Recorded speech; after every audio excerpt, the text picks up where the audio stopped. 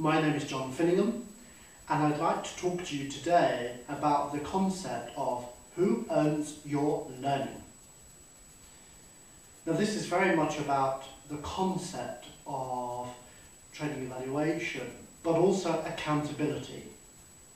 For me, many organisations struggle with the concept of training evaluation.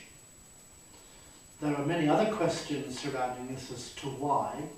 Why do we struggle with training evaluation, particularly for softer skills, such as the management skills, leadership skills, as opposed to the technical stuff? Now, many organisations have measures in place, such as competencies, to assess these kind of things. 360-degree feedback mechanisms. There are things out there to help us pin down measuring soft skills. Competencies and other tools, assessment centres, all sorts of things to measure where people are at in terms of those competencies. So for me, the question then becomes, why are we not using those tools? But also, in terms of measuring the impact of learning interventions, we have to trace them right through to what I call lines of accountability.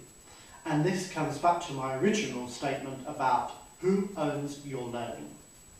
Is it the customers? Is it the organisation? Is it the line managers? Is it you?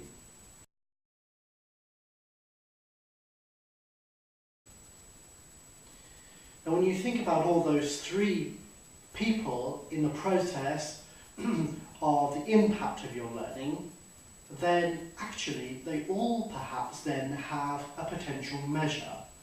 They all have an interest, that is a fact, because it's about improvement in terms of performance. So any measure comes out in an improvement in performance, both in terms of attitude, behavioural skills, as well as results delivery. The final outcome is always going to be results delivery, but also how it is done. Long-term over short-term need. So, all of those four have measures. So for customers, it can be about the quality of the service they receive, how things are done, and the end result that they get. For the organisation, obviously it is about profitability, minimising overheads within the organisation, also about the speed at which the organisation works. Number 3 is about line manager awareness and the scores they give at appraisals for you. That is obviously an important thing, which also it links into the reward mechanism.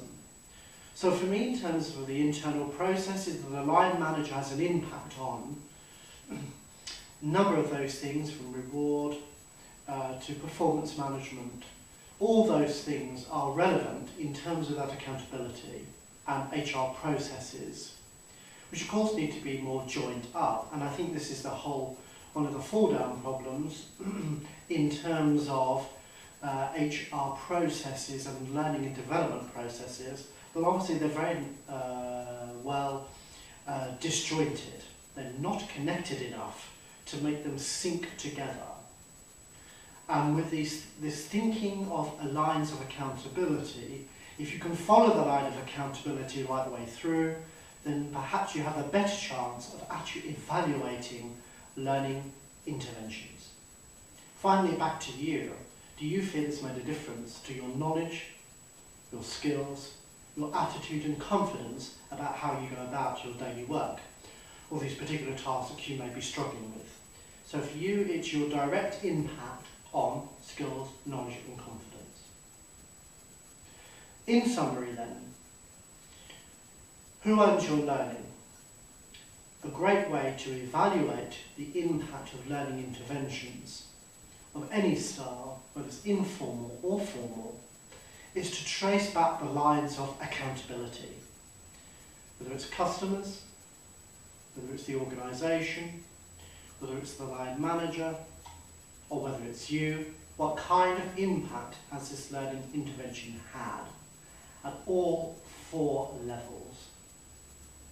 It's an interesting question, and I think it may help us answer the constant questioning that many organisations and CEO have in terms of the impact of learning and development and learning interventions, is what value is it adding?